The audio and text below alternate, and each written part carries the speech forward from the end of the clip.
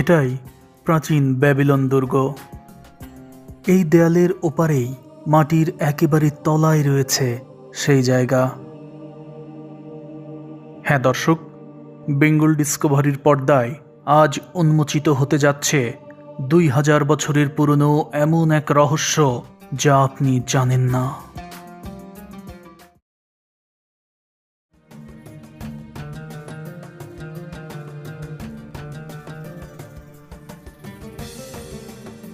ইতিহাস, ঐতিহ্য আর প্রাচীন সভ্যতার দেশ মিশর থেকে শুভেচ্ছা জানাচ্ছি আমি জুবায়ের আল মাহমুদ।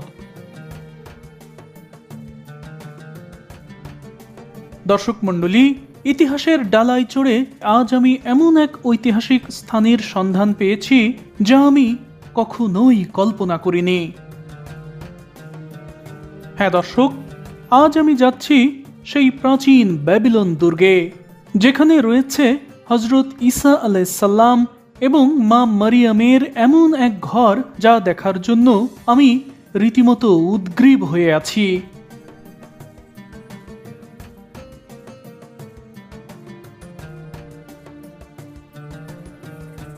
রাসূল সাল্লাল্লাহু আলাইহি ওয়াসাল্লাম বলেছেন, দুনিয়ার নারীদের মধ্যে যে 4 জন নারী সর্বশ্রেষ্ঠ তারা হলেন এই মিশরেরই কন্যা, ফেরাউনের স্ত্রী মা আসিয়া আলাইহিসসালাম, নবীজির স্ত্রী হযরত খাদিজা রাদিয়াল্লাহু তাআলা আনহা, নবীজির কন্যা হযরতে ফাতেমাতুজ জোহরা রাদিয়াল্লাহু তাআলা আনহা এবং হযরত ঈসা আলাইহিসসালামের মা মরিয়ম আলাইহিসসালাম।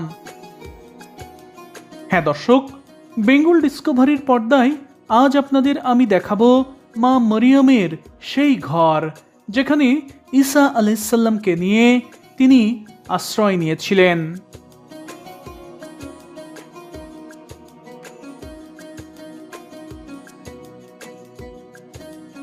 আজ থেকে প্রায় 2000 বছর আগে ফিলিস্তিনের বেথলেহেম শহরে এক অবুঝ শিশুকে হত্যা করার জন্য যখন গোটা সাম্রাজ্য জুড়ে তল্লাশি চালাচ্ছিল সেখানকার অত্যাচারী শাসক, ঠিক সেই সময় আল্লাহর নির্দেশে মা মরিয়ম তার শিশুপুত্র হযরত ঈসা আলাইহিসসালামকে কোলে নিয়ে রাতের আঁধারে পাড়ি জমান এক অজানা দেশে।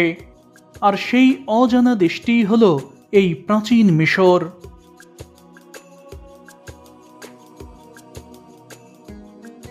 দর্শক মণ্ডলী, আজ আপনি সেই জান্নাতি নারীর কথা জানতে যাচ্ছেন, আল্লাহ তাআলা যার নামে পবিত্র কোরআনে সূরা মারিয়াম নাজিল করেছেন।